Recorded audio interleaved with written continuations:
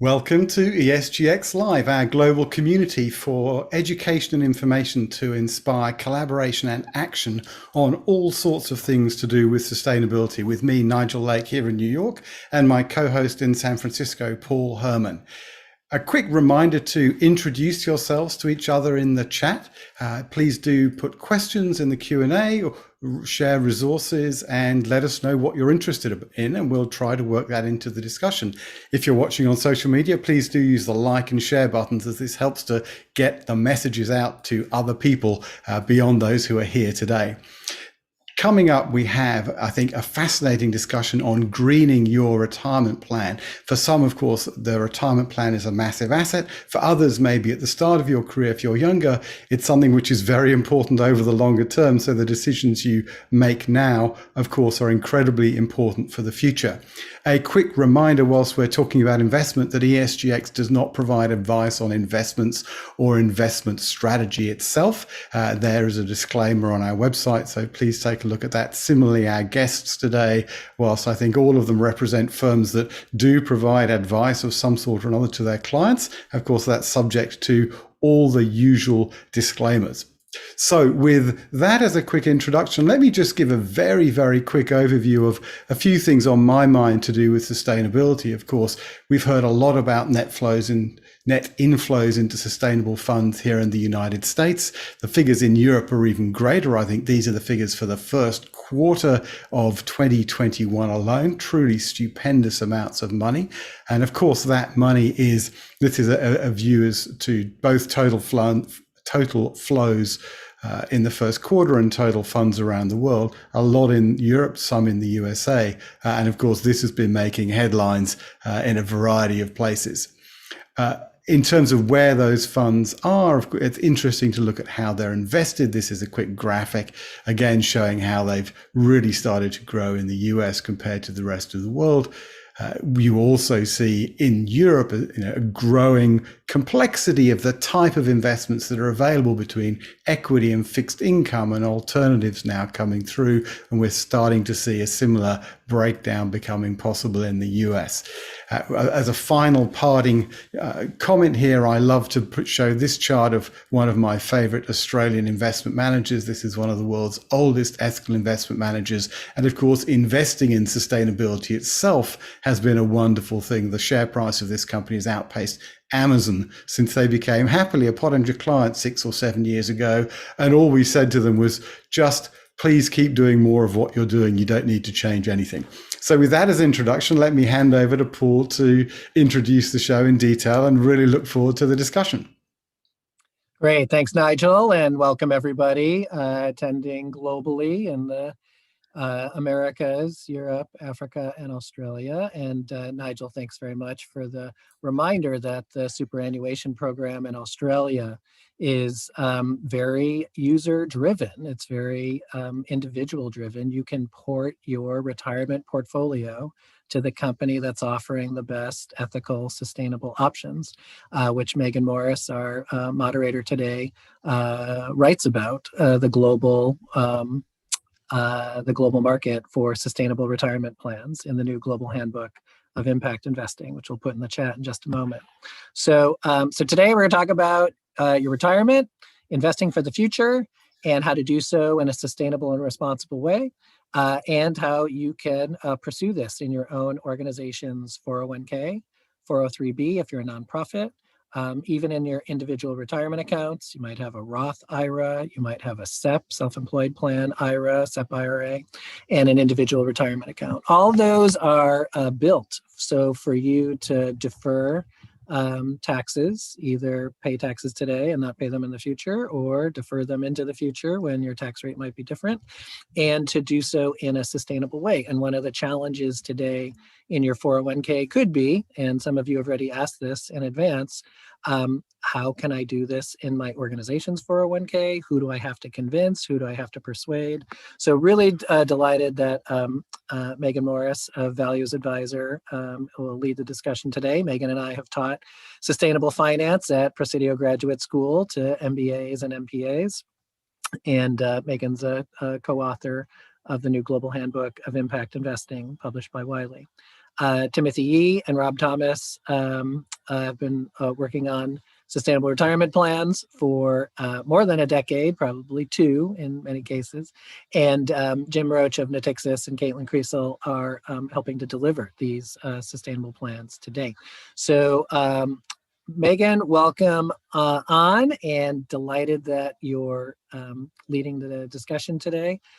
Please feel free to put your questions in the chat. Also at live.esgx.org, you'll find this replay as well as esgx.org. So we're ready to kick it off. So feel free to ask questions in the chat or in the question box. And Megan, over to you. Thanks, Paul, and thanks for everyone for joining us today. I am Megan Morrice. I am the co-founder and head of operations for Values Advisor, which is a matchmaking platform for financial advisors and clients who care about sustainable investing. We have advisors that represent over 7,000 clients and $3.2 billion on our platform. Like Paul said, I also am a co-author of the Global Handbook of Impact Investing. I wrote a chapter on investing for impact in employee retirement plans, and that is what we are here today to discuss. I have many people on the call today who I actually interviewed for the book chapter who are going to share their expertise with us. More and more individuals are realizing that they can align their investments with their impact goals. And at the same time, there has been a global shift from defined benefit plans, such as pensions, where the benefit that you get from your retirement plan is set in stone, to defined contribution plans, where the benefit isn't set, but what you're contributing into it is set. And today we're going to discuss for those administering these plans, as well as those people who just participate in these plans, how you can have more impact with your dollars. So I'd like to start out by introducing everyone to who's here. So we're going to have everyone do self-introductions and tell you a little bit about who they are. Jim, would you like to start us off?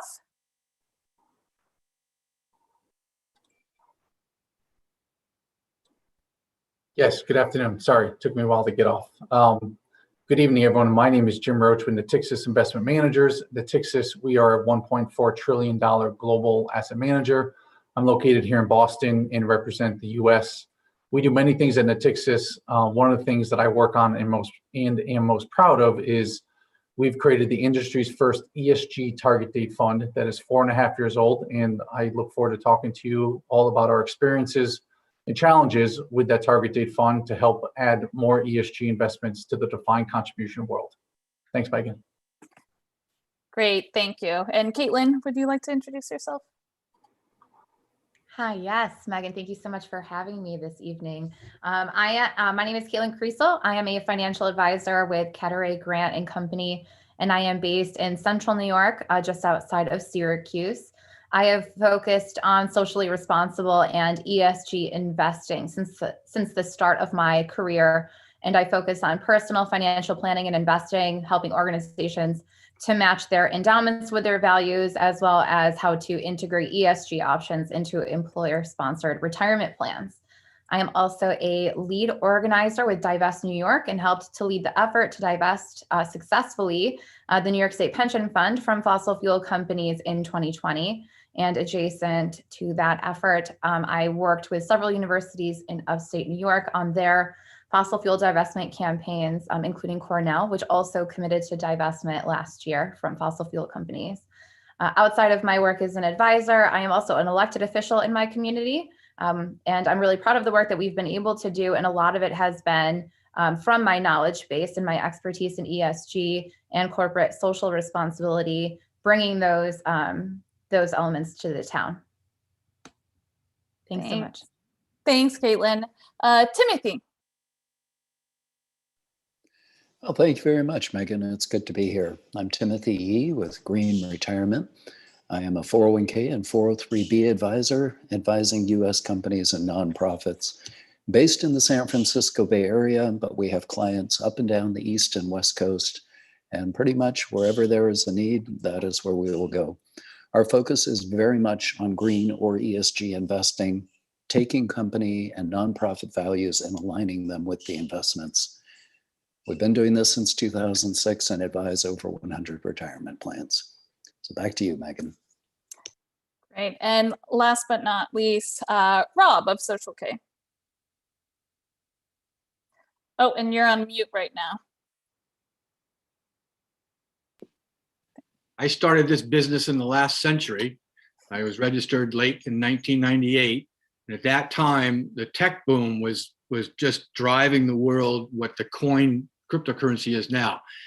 And so I was not involved in retirement plans. I had previous experience with ESG investing, SRI at the time personally. I show up at work. I'm now licensed. The stock market's going crazy. Qualcomm's going to $1,000. And then March 13th, 2000, that all ended rather abruptly. And fortunately, there was a really strong group in our office that did 401k plans and endowments. And they brought me under their wing and taught me that business. And then I brought Calvert funds to Organic Trade Association member companies and started a product that was, offering that. Eventually went back to UBS and said, let's make this a real thing. We're using a piece of software that does private labeling, and people are private labeling this. We're just using the street site, they call it. Let's create a thing called Social K and add some green funds to it, and off we go. And they listened to me, and then they said, we have so little faith in that, we're going to let you do that on your own while you work here, because we don't really think that's going to work at all. In fact, we're not even intimidated by you creating a retirement product at our desk for yourself while you work here. It's kind of crazy, but they let me do it. And pretty soon someone like Timothy showed up and said, hey, I like doing green retirements, and you have a platform that really makes it easy. We had waivers in place for the mutual funds. We had discounts and service upgrades, still do. And to this day, we're still the leader in offering ease of and ability to add ESG. We partner with people like Timothy, people like Jim, Katelyn, and so we're really enjoying seeing the market come to us. Right, we've been doing this for a long time, and that hockey stick growth of ESG seems to really be paying off.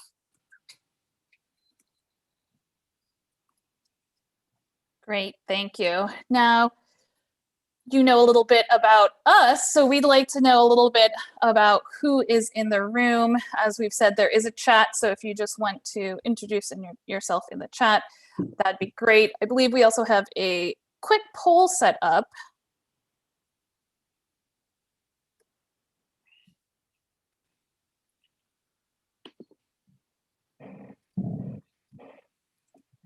So if you can just take a moment to answer these questions, that'd be great.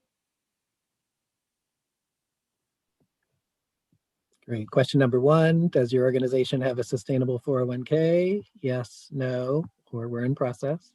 Question number 2, for your organization's 401k or 403b, are you the decision maker or even the fiduciary? Are you just a plan participant who's speaking up? Are you a plan participant who wants it, but not yet speaking up? Or just learning? And question number 3 is, do you feel empowered to move your 401k or 403b towards more sustainable funds? Yes, no, not yet. On my way, but want more info. And then finally, question number 4, how would you self-describe your comfort with sustainable investing? Very comfortable, getting comfortable, want to be more comfortable, or not yet comfortable? So please answer the poll, and then we'll review the answers.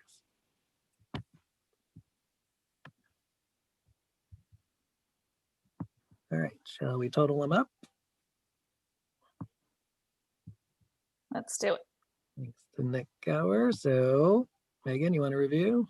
Yeah, so we've got a 40-60 split. So it looks like a good amount of the attendees do have a sustainable 401k, not a majority quite yet, but it's a pretty even split, 40-60. As far as who is here, again, we've got a good disbursement. Most of the people are plan participants, but we have decision makers and as well as people who are just learning about it.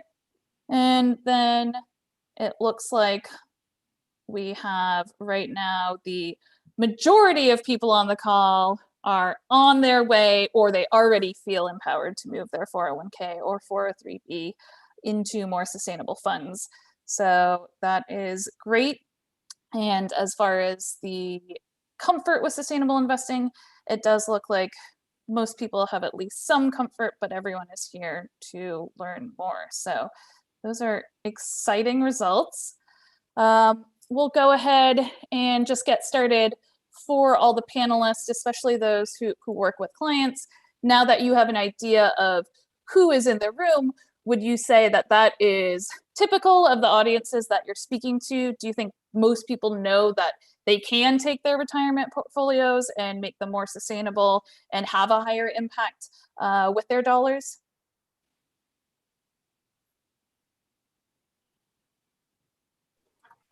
Hey, Megan, this is Jim for Natixis. And yeah, I would agree. I think that there are a lot of people that a lot of participants and plan sponsors have been wanting to move this way. I think what's also extremely important to explain is that this is a long process.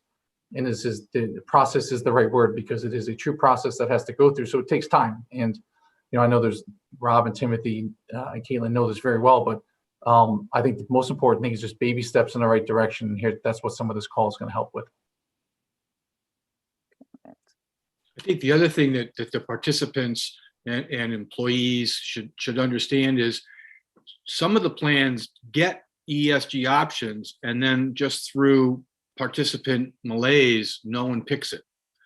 And it's really important that you let people know, not only at your firm that you want it and then you use it, but nationwide, those numbers are being looked at. How many people are putting it in? If we add a fund, do people use it? And then the answer has to be yes. It can't be, well, we put it in and no one uses it. Yeah, tagging on that, Rob, you need an advisor who's educated in the field and believes in it. Putting it in and just letting it sit on the shelf is not going to get usage. You need somebody who says, look, this is what's happening. This is a solution to it. Here's why it fits in the plan. We wouldn't have added it otherwise. You need an advisor who gets this. Yeah, I agree with that. I think that the education from the financial advisor and from the employer, letting people know that this is in the plan, a lot of employees, and think of the different types of workers and employees that exist across the spectrum, across the country, a number of them won't be familiar with what a mutual fund is or how these things work behind the scenes, much less what makes a company corporate social responsibility positive or not. So I think that it's incumbent on the sponsors, the financial advisors, the employers to make sure that we're providing that education to the participants so that they can be empowered to pick that fund. Great, thank you. And also for the people here who are working directly with clients, can you give me some examples of some sustainable or ESG plans that you have set up? Are there particular demographics that you personally work with or that you see have more interest in investing this way? I'd be happy to start that one, Megan. I've got one company in particular that's like my shining star, and they are a solar company, and they're very cognizant of climate justice and environmental sustainability issues, and they wanted a fossil fuel-free portfolio in their retirement plan. So we were able to create that for them, and it took some work, but that was what was so important to them. So I think explaining to companies like a solar company, or, and, you know, of course, a million things beyond just solar energy, who might be interested in this, I think that it's important for financial advisors and those who work in 401ks to be pursuing companies like that and letting them know that this is an option. And another one, the one that you and I talked about, Megan, in the book, the small part that I was in, was a literacy organization, an adult literacy organization. And ESG is about so much more than just environmental sustainability. And that organization, they didn't want private prisons. They didn't want the types of companies that are predatory towards immigrants and folks in the United States who aren't able to speak or read English very well. So we were able to create a portfolio that met their values, both for their endowment as well as for their retirement plan. And they were thrilled to be able to offer that to their employees, to really walk the walk across the board in terms of what they offer as an organization. Yeah, Megan, tying into what Katelyn said, I've got clients in all different industries. Certainly, you would expect the racial justice consulting group to want a socially responsible ESG plan. And the climate nonprofit that I work with, definitely you think they would. But I also have groups like a tech firm down in the LA area, publicly traded tech firm. The employees wanted it. Interesting on their side is they specifically wanted ones that focused on religious beliefs because of who they are. And so we were able to echo those beliefs and reflect who they are and validate that. I've also had a car import-export firm, and they very much were into it. So it's all walks of life. I think primarily where my clients come from is that they see my expertise in the retirement space in the US. And this is something also that clients are asking for. So all of the referrals that we get are focused on, hey, you know what you're doing, and this is an added bonus that our clients are asking about. Great, thanks, Timothy. Rob mentioned a few of the hurdles already, but what are some of the hurdles that you face as a financial advisor trying to set up a sustainable retirement plan, as well as what you see the hurdles that the participants in these plans come across? You're asking me? Yeah, go ahead and kick us off. Okay, I'm not an advisor, but I find that there's two groups, right? There's advisors that know 401ks, and there's advisors that know ESG. And Timothy's one of a very few that has a foot in both fields, as does Katelyn. So the issue is when you get a plan sponsor who goes to the advisor who has loads of information and experience on 401ks and says, oh, and by the way, I want to have ESG options alongside or with whatever, but I want to have that shown.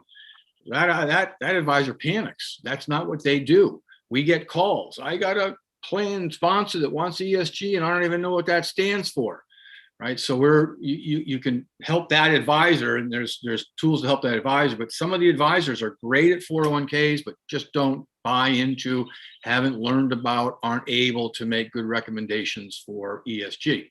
Similarly, there's a lot of ESG advisors. We meet with them at SRI in the Rockies for the last 20 years, and they're very astute at ESG investing, but they don't know what ERISA stands for, and you don't either, but that's okay. They should. So you've got these two groups that both need a little help. One group needs help with the technical, and one group needs help with the investment side. And so we're just finding that more and more people are coming to us looking for that, and the group of us that have feet in both fields are helping to continue to grow it.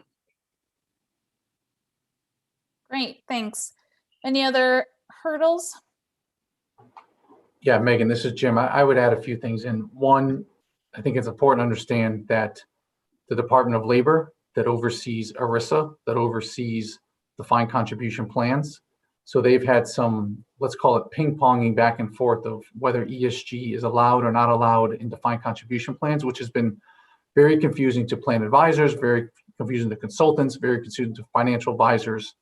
So we are happy to report that there probably will be some clarity in the near future, but it is definitely a headwind and an obstacle when it comes to ESG investing in defined contribution plans.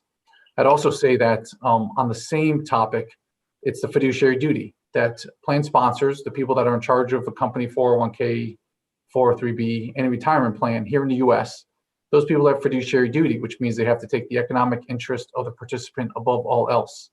That in what that means and how that's defined in a court of law is still being determined, but that is what they believe is when people put values in front of a financial return, people are questioning, can we do that? Can we not? So that is an obstacle that, that is probably a rabbit hole we don't need to go down today, but that is certainly a conversation that people need to be aware of when you deal with like experts like Timothy Yee, who knows this inside and out. But that is definitely something he needs to explain to his plan sponsors, and certainly sometimes takes that fiduciary duty from them or shares it with them. But that's his role as an advisor on the retirement side. I will say a couple more quick things. Education is extremely important. And how do you educate plan sponsors and participants on the space and what, the experts here on this phone call, someone mentioned ERISA. We understand ERISA law pretty well, but the plan sponsors and participants don't need to know that. So how do we explain what can and can't be done in a retirement plan? And then you also deal with the big decision makers. Think of like Mercer and Aon, the big consulting firms that deal with billion-dollar plans who have the ability to move large amounts of money. They're very slow, and they're very slow in this space, and we need to continue to educate them if we want to make real change across the board. I know I threw a lot at you, but I hope that helps. In our 4.5 years with our target date fund, these are some of the things that we've been experiencing and the obstacles we've had to overcome. Jim, Megan, can I add one more thing? Oh, sorry, Ron. I started a conversation. I like it. Yeah, the wheels in my brain get turning. I think that one of the experiences that I had when I was first entering into the arena of 401ks, having, as Rob described, I was doing ESG for quite some time before I entered that space. It was very difficult to find a platform that would allow ESG funds, especially with some of the clients that I had drawn to me that wanted a fossil fuel free fund, to be able to offer that soup to nuts across the board, bond funds and everything. They just didn't have the options. They weren't on the platform, and it was too difficult for them to try to add them all. And so I think that a lot of companies who are interested in integrating ESG or pursuing fairly aggressive strategies as it relates to ESG, being as purely ESG as you can be in this space, I think that that's something that people were encountering. But there are solutions out there. Rob has them. I'm sure Timothy has them, and certainly I do as well. So I would encourage anyone who's interested to reach out to us, because we would be happy to help you to navigate that if you're encountering that problem. I'd just tag on to that, if I might. Two thoughts on, I saw it in the chat, this very question about looking for clear guidance from the Department of Labor. For the plan sponsors and advisors on this call, it's important that your investment policy statement be written very clearly and state that you will focus on the economic value. You're not putting values ahead of anything. You're focused on what they call pecuniary. Hate to bring the word up, but it was mentioned, 45 times in the ruling, so pecuniary. But having said that, pecuniary is financial risk. Now, I'm out here in California, and as yet another section of California burns, I would hate to be the insurance company backing up those losses. I would dare say climate change wildfires are pecuniary. So make sure your investment policy statement is written very clearly, and also recognize things like climate change are pecuniary. Also private prisons, really. Yeah, thanks, Timothy. And thanks, Mark, for sharing that DOL guidance is exactly what your company is waiting for before moving forward. Besides what Timothy just shared, does anyone else on the call have any advice, for Mark, if he should wait for his company so they feel comfortable with the DOL guidance, or if there's anything that he can do right now to help get an ESG fund added to their 401k? It's available. I was going to recommend Jim, whose company did a lot of work on this, give the current reading of why it is allowed, Mark. I would say, Mark, that's a great point. We hear a lot of companies that are waiting. So Ali Kawar is the acting head of EPSA, and I heard him speak today. And Natixis has been in conversation with the Department of Labor. So they issued a non-enforcement, and one of the largest distribution companies that we work with, that many of you know very well, just allowed ESG investments back into their platform, even ahead of what we thought the DOL. They were waiting for the DOL to come out with a new proposed rule, which they're going to come out. So the non-enforcement allowed a very large asset manager, brokerage firm to allow ESG back in, which means the DOL has noticed that there was a chilling effect. They've even said it on a number of calls and talks with the last administration that is starting to thaw. So, You can certainly wait, which it's only going to be a month or two before they put out proposed ruling. But I would say because this world is so slow, that you can start the conversation now and get some good advice, because you can have those conversations now. Great. I'm going to tackle the next question that Paul just put in there about the open window, unless I think we're ready to move on from this, right? Sure. So the open window is, instead of just being limited to the 20 funds that are in the plan, you actually have a brokerage window to a TD Ameritrade or a Schwab or whoever the company's picked, and you can buy whatever they sell. And those were really popular during the second tech boom. Everyone wanted to get out of those boring mutual funds, and they wanted to go buy all sorts of crazy stocks that were going everywhere. The trouble is that the plan sponsor has gone through effort to find 20 funds that you won't be able to blow yourself up with very easily. They're kind of plain vanilla, if you will, that they're going to get the job done, and they're meant for long-term investing. Well, some of these people get the open window and they think that they're traders, and then off they go.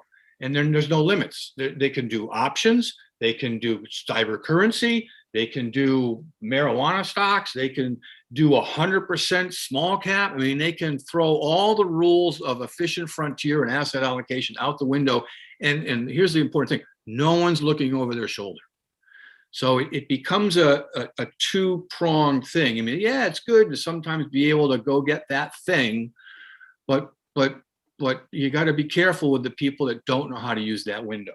And as things changed later in the 2000s, the windows became actually discouraged by record keepers at charging more, because they didn't want to see people blow themselves up. Thanks, Rob. I'd Go just ahead. tag on that, Rob, and I'm sorry, Megan, but yeah, as an advisor, I'm a little bit nervous with the self-directed brokerage option part of it. During the time that the stock market is open, many of us are at work. So the employer's not paying for us to, trade the stocks. That's a good point too. But yeah, I also see fiduciary liability, and I would caution plan sponsors and advisors on this, because indeed, to Rob's point, if Joe employee decides to invest in XYZ and XYZ implodes, Joe might decide to take frustration out on the employer for not preventing it, the advisor for not counseling, and we as advisors may not see what's in the self-directed brokerage account. So this type of accounts make me nervous. That's just my opinion. So Nigel's brought us back to the shareholders, which Yeah, are, actually, Chris asked, which stakeholders should we focus on for improving ESG literacy? So if someone on the call, I think we should do this in two different fashions. We've been throwing out terms like plan sponsors, and not everyone on the call works every day with 401ks. So if someone could just give a quick overview of who is involved in these decisions, the different terms that we're using, then I think we can ask him, who has most influence answer for him, who has most influence over these decisions. Katelyn, you're up. I think Timothy might be better at answering this question, but I'll start with kind of my thoughts on it. I think that probably the decision maker in most of these situations is going to be the employer, whoever, like in HR, the executives, if there's a board involved, they're the ones that would have the final say. Unfortunately, in most companies, it's not democratic. They're not necessarily taking a vote of all of the plan participants, but their fiduciary obligation is to act in the best interest of the plan participants. And so I think that should not go unnoticed by the people who are in the decision-making seats or in those roles.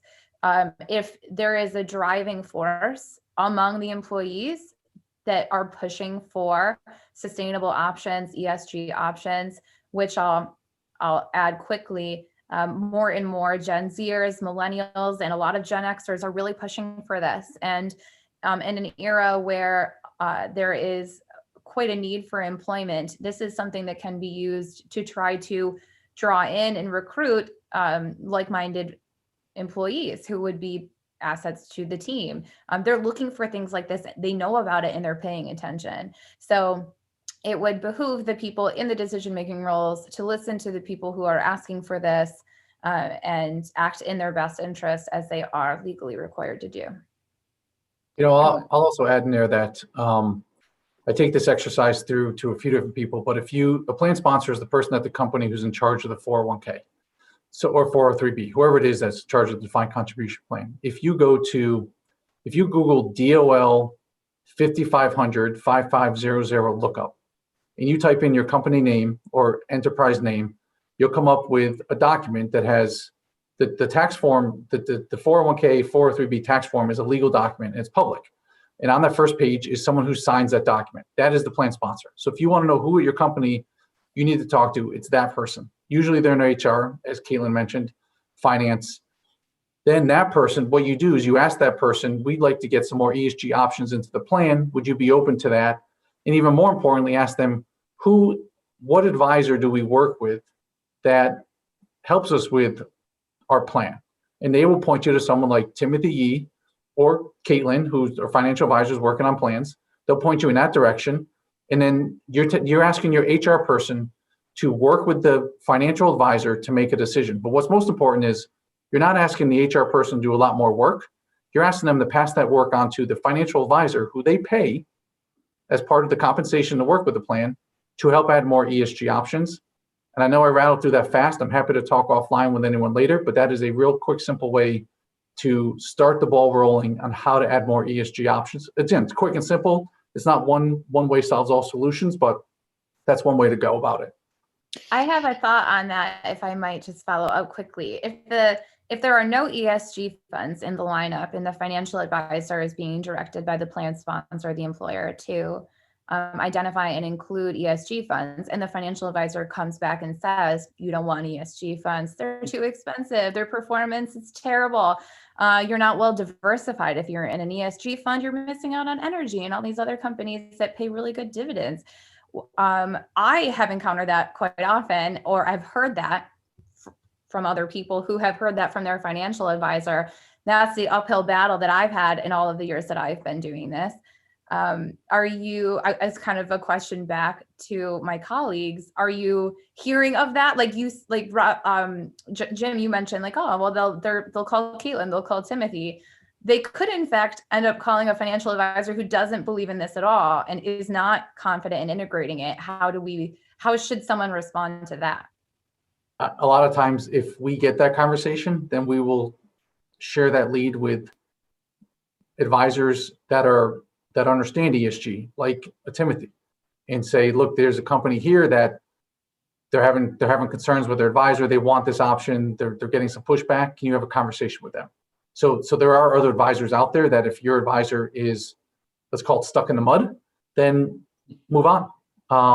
There are a lot of other advisors that would love that business and will be happy to service your account and provide expertise in this space.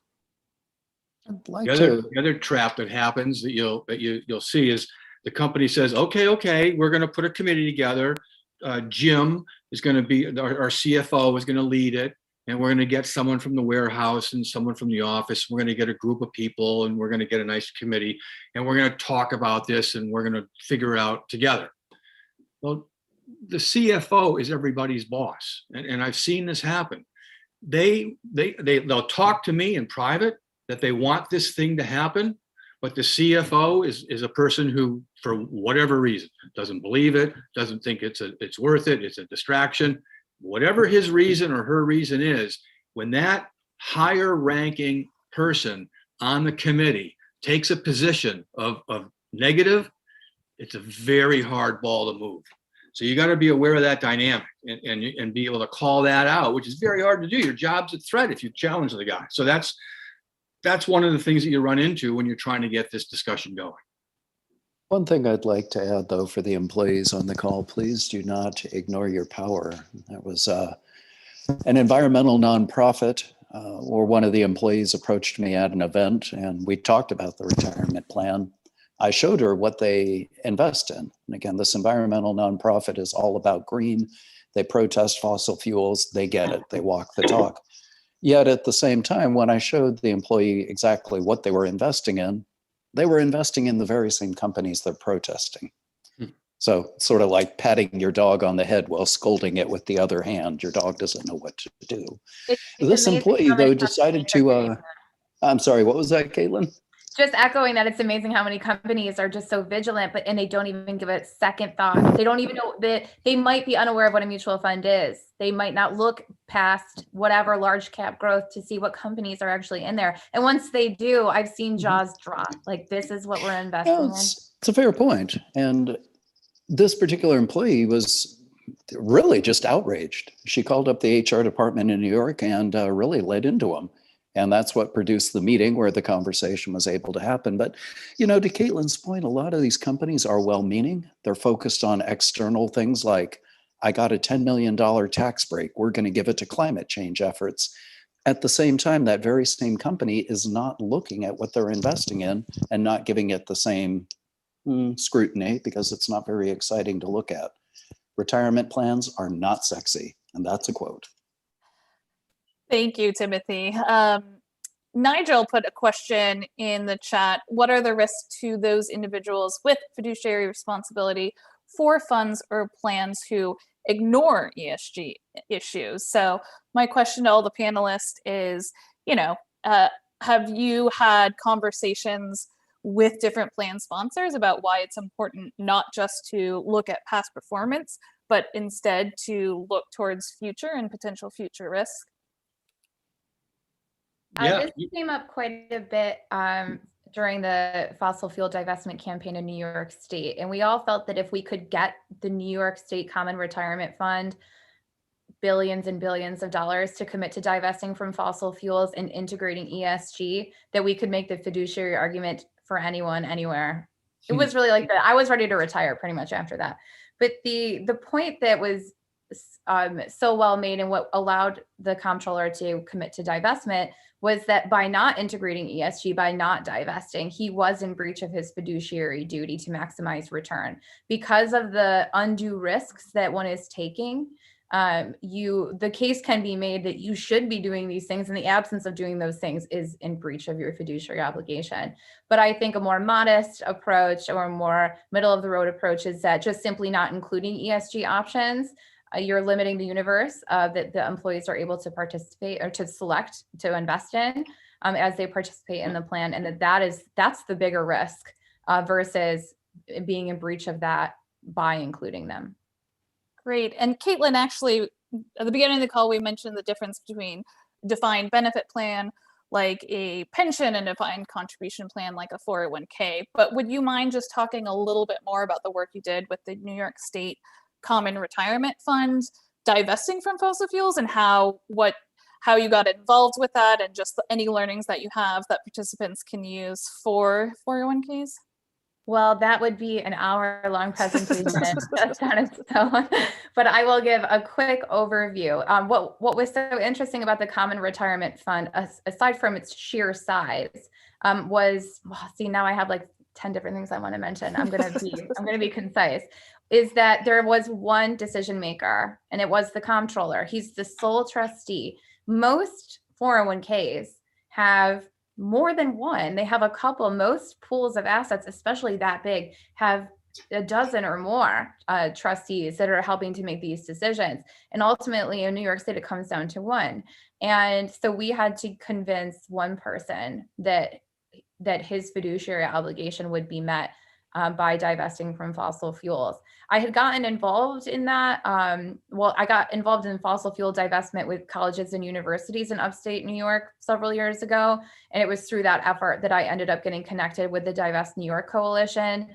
And I was one of the few people in the room, similarly to Rob's point about some people understand this and some people understand that, but few understand both, that could make really the financial case, that could talk about fiduciary, that could talk about the underlying return on investments of fossil fuel free and ESG funds.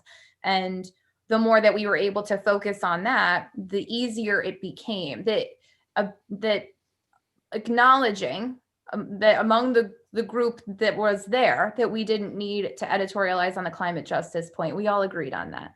What we needed to do is make the legal and financial case. And once we focused on that, and I also helped to manage our grassroots strategy for getting co-sponsors on the bill. it was just like dominoes kept falling. And ultimately, we received word in December of last year that the comptroller was committing to divest the funds by 2024. So just a couple of years, and we'll be fossil fuel free in New York State. And just last week, Maine, the state of Maine committed to doing the same thing. And so we'll see defined benefit plans like a pension that follow very different rules than defined contribution plans from a legal standpoint, from like the federal regulation standpoint, but the principles are the same. The underlying principles are the same. The comptroller couldn't have made that decision unless it was sound, and all of his, well, at least the majority of his attorneys signed off on it. So very exciting.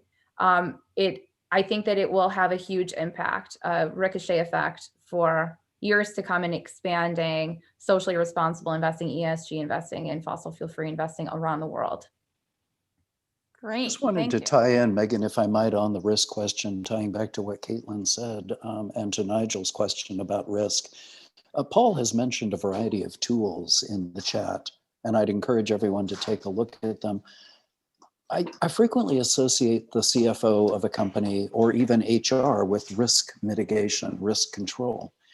These tools provide deep insight into what an investment holds.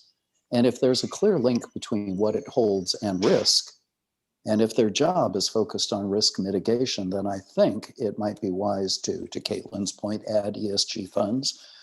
But also, if you have a problem investment, one that is risky, what do we do with risk? We try to get rid of it, I think. Great. Thanks, Timothy. That's the fiduciary duty, right?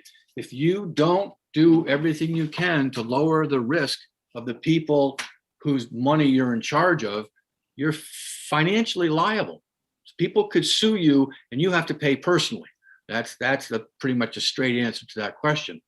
And I have to say this, I'm gonna take 30 seconds and say this, right? Reducing risk.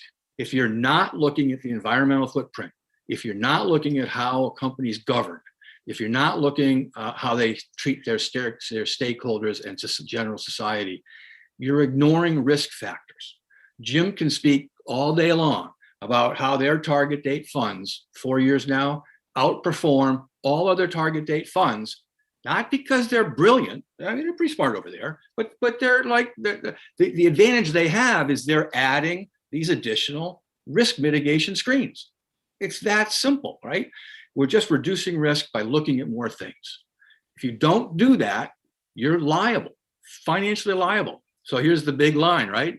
It used to be ESG was an option. Now it's an obligation if you're a fiduciary. And I love it. I love it when he says that. Makes perfect sense. Get some goosebumps. I think it's interesting when you really dive into ESG and what it is and how it works. And it really gets back to corporate social responsibility, how these, I mean, we're talking about Apple, we're talking about really big companies, and then smaller companies, a lot of companies you might never have never heard of, but how are they treating their employees? How are they treating the communities in which they function? How are they treating the environment? And what are the policies and procedures that they have in place to back those things up? And if you check all those boxes, you have a company that is based on historical performance. I'm sure my broker dealer is watching, outperforming. They're mitigating risk on the downside by having these positive corporate social values. And I think it's comforting that companies that are treating their employees well and their communities well and the environment well are doing better. And we saw that in the pandemic, the increased focus on the social, the S and ESG, environmental social governance, how that impacted companies and their underlying performance in a down market was really the first time we've been able to exercise that in the last 10 years as ESG has grown so tremendously. So it's interesting, and it makes me feel good as a financial advisor to be able to offer that and expand that space, that you can do well by doing good, and that companies that are doing good have the proof is in the pudding. They have something to show for it. I just like to jump in for 1 second. Katelyn, I totally agree. Apple is a wonderful example. So I heard Tim Cook speak, and we've been following Apple for a long time. So they have gone to 100% renewable as a company. They use a lot of energy. They also have a database for all of their vendors to go 100% renewable. So if you want to talk about creating change in this world in renewable energy, you take a company like Apple that is pushing their vendors, and their vendors bend over backwards for Apple to go 100% renewable, what Apple is asking, and Apple gives them the resources to do it. That's creating change. You also look at Target and Walmart. Whatever you feel about those two companies, your Project Gigaton at Walmart and their vendors do exactly what Walmart says. And you have Target, which is committed to 50% renewable energy as a company. And I forget exactly what Walmart was, but they committed to 25%, I think by this year or next year. That is massive, massive change because it's good for their bottom line and it's also good for society. And that's where companies can do better, and they are doing better, I believe. And that's where we should be rewarding our money with them when they're creating positive change. I will get off my soapbox, but that is what I love about this and what we do. I think it's interesting too when we talk about companies like the three you just described, because no company is perfect, right? So we've got a company like Apple who's doing so much for the environment, but doesn't always strike the top of the list when we're looking at their social impact, especially in countries like China. So we're evaluating these companies as a whole, and we're looking at the things that they're doing well, the things that they can improve upon, and we're able to leverage things like shareholder advocacy through the money managers that are putting their mutual funds or having their mutual funds available in these plans to make these companies even better, holding them accountable. And the kind of weighing the different factors, the environmental, the social, and the governance, all these companies have room for improvement. But when they're doing so well in one space and they're working on others, it's awesome to be able to champion that effort and include them in ESG mutual funds and then subsequently in retirement plans. Of course, if we really want to take a critical look at the company, something like an Apple, a Target, or a Walmart, again, you can go to the 5500 website that Jim referenced. You can actually see what's in their retirement plan.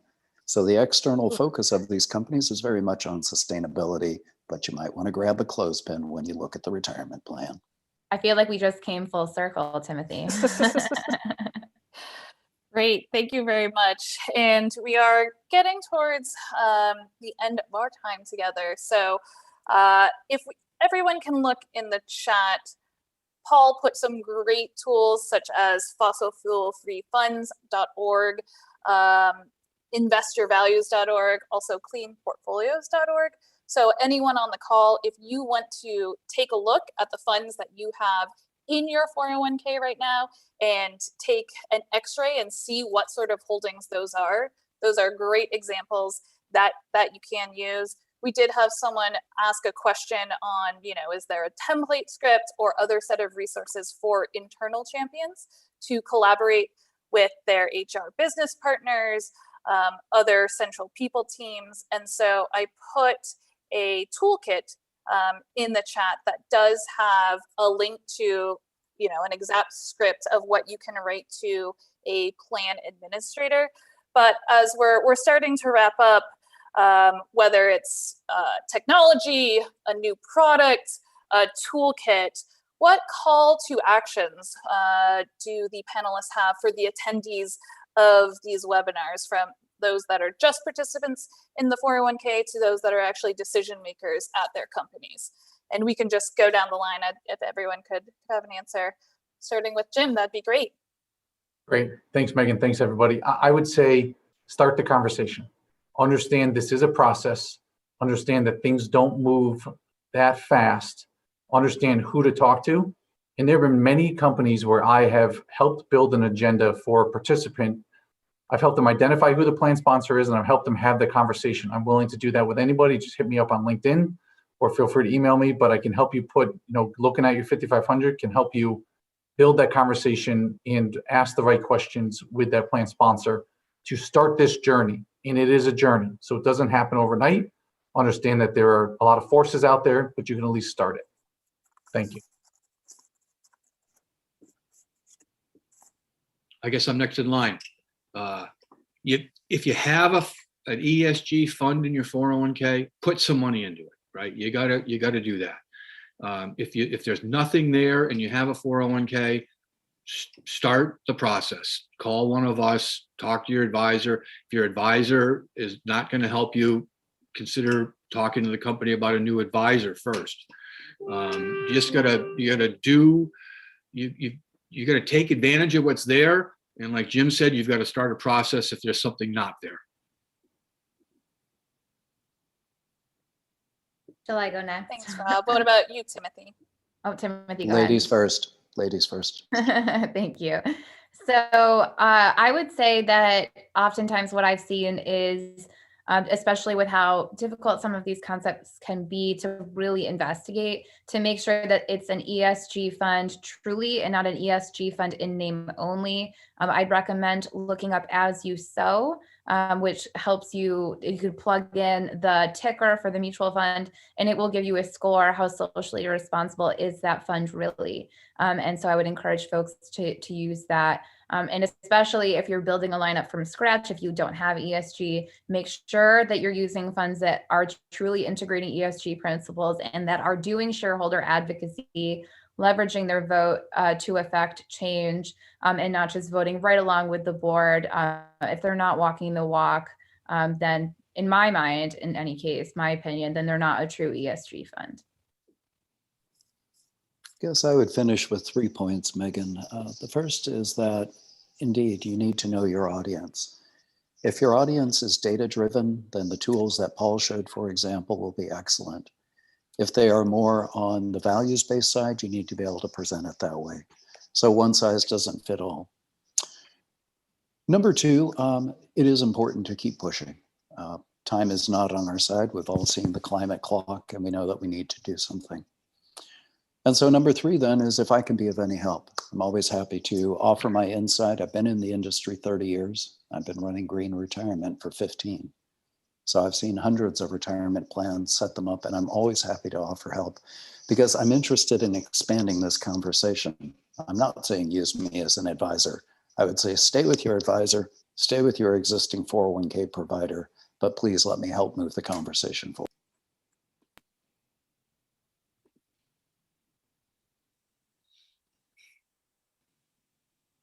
Great. Thanks, Timothy. For me, I would just say that it's always important to keep in mind how the person that you are talking to is going to benefit from doing this. So if you're speaking to someone at your company, some of the people on the call today spoke about the benefit of attracting and retaining talent. That's definitely something that HR is going to be interested in. If you are trying to convince someone about why it's good to have financially healthy employees, you can talk about the higher contribution and participation rates that we've seen by adding these options into the plan. And really, by doing your research and knowing what's important to who you're speaking to, just like Timothy said, whether that's a data-driven argument or whether that's a moral-driven argument, I think you'll see the most success. And again, there's a whole chapter in the book, the link was put in the post, about laying out really all the steps that you need to do this. And all of the panelists on the call are a wealth of knowledge, so they'd be happy to answer questions that you have if you want to reach back out to them.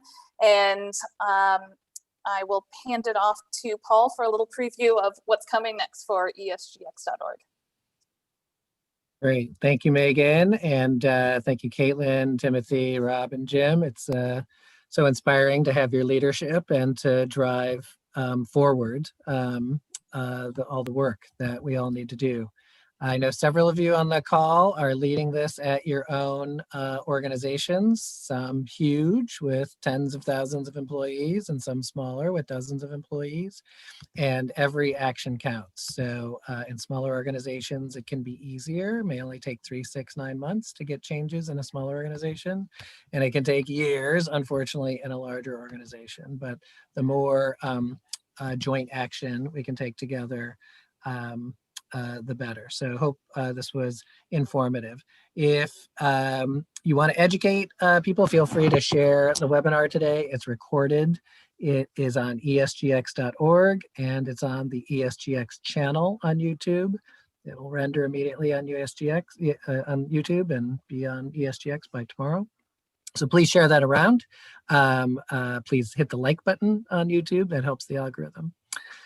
So coming up, today was a double header. So we had a great Roads to Refuge webinar earlier today. You can check that out on ESGX as well. including some actual refugees from South Sudan and their story and the books that they've written. You can find those in the bookstore on Esgx.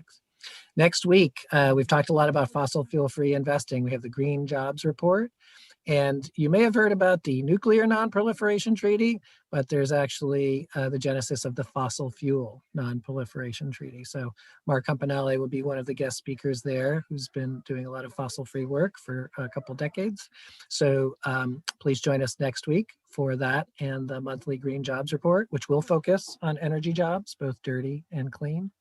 And then the week after, this is the month not only for memorializing Black Lives Matter. This is the 100-year anniversary of the Black Wall Street Massacre in Tulsa, Oklahoma. And this week has been Juneteenth celebration as well. So we'll have a ESGX focused on investing for economic inclusion, and that'll be led by Doug Heskey of New Day Impact. So on behalf of Nick Gower, our producer, who's brought this all together, our expert panelists today, and Nigel Lake in New York, thanks for joining ESGX, and we'll see you next time.